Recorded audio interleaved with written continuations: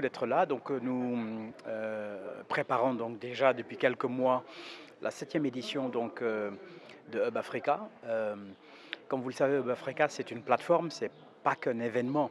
L'événement, effectivement, c'est le 12-13 juin prochain à Casablanca, comme d'habitude, puisque nous avons décidé dès le début de faire de Casablanca la capitale continentale de l'entrepreneuriat. Elle a bien entendu donc un ensemble d'innovations.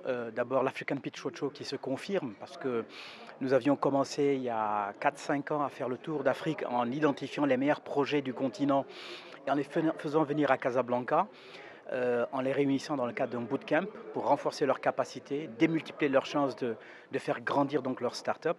Cette année, nous avons encore élargi, nous allons faire 17 pays. Et ce qui est extrêmement important, c'est que de plus en plus, nous avons ouvert sur d'autres destinations. Le Nigeria, l'Éthiopie, le Ghana n'étaient pas encore dans le roadshow, mais cette année, donc, on les a intégrés. On reconfirme encore avec le Rwanda, où nous avons initié l'année dernière la première édition, le premier pitch donc, à Kigali. Cette année, on rajoutera donc Lagos, Addis Abeba et Accra. Donc ça, c'est extrêmement important. Donc ça, c'est un premier point. Le deuxième point, cette année, donc, nous avons choisi d'aller sur l'open management parce qu'on est conscient que tout secteur confondu, euh, secteur public ou privé également, les grandes entreprises ont parfois beaucoup de mal à innover.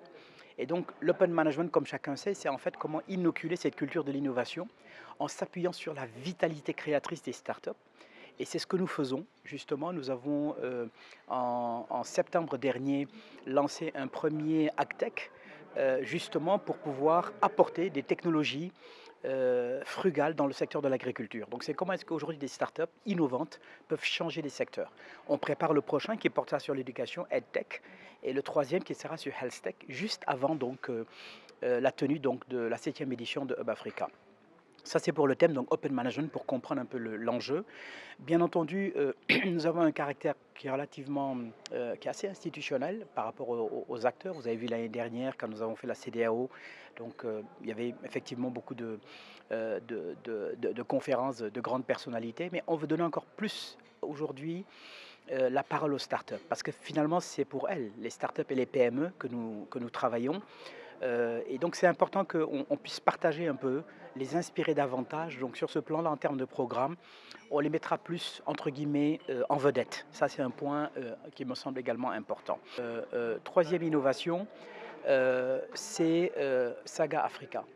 Saga Africa, en fait, on l'a fait dès le début, en réalité, mais je pense qu'elle a une résonance toute particulière, justement dans le contexte aujourd'hui de la zone de libre-échange continentale, la fameuse ZLEC, qui a été réaffirmée à Addis Abeba hier seulement, parce que c'est hier, je crois, ou aujourd'hui qu'il y a eu la passation entre le président Kagame, président sortant de l'Union africaine, et le président Sisi qui prend les rênes.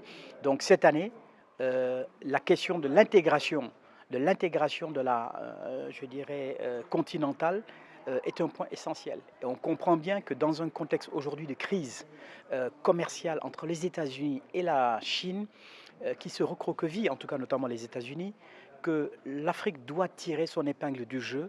Et ça passe forcément par une meilleure circulation des personnes, c'est un fait, mais également un accroissement du commerce intra-africain.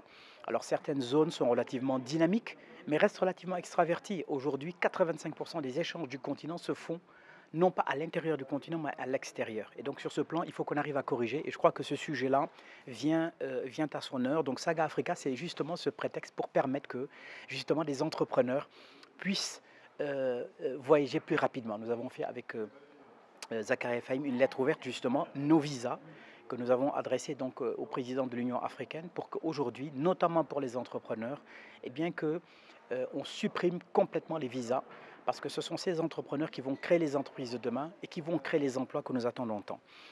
Un quatrième point, également en guise d'innovation, outre la question de Saga Africa et de l'intégration dont on parlait, c'est que, et ça vient encore à point nommé, un certain nombre de gouvernements s'intéressent à Hub Africa et nous avaient demandé déjà entre guillemets, comment dire, de délocaliser Hub Africa. Bon, bien entendu, Hub Africa reste au Maroc, à Casablanca, Mais l'Égypte nous a demandé de leur organiser donc Hub Africa en octobre prochain. Ça montre que la question de l'entrepreneuriat est une question centrale et ça nous permet également de regarder un peu plus aussi vers l'est du continent, parce qu'on avait plutôt tendance à travailler beaucoup, c'est vrai, Maroc vers les pays d'Afrique subsaharienne. On a aujourd'hui élargi quand on touche le Nigeria, l'Éthiopie, ça veut dire qu'on glisse encore un peu plus vers l'est pour vraiment être un événement continental. Et donc pour la première fois, donc un peu en format franchise, nous allons donc délocaliser donc l'événement et réaliser donc Hub Africa en Égypte. L'entrepreneuriat, c'est pas qu'un effet de mode.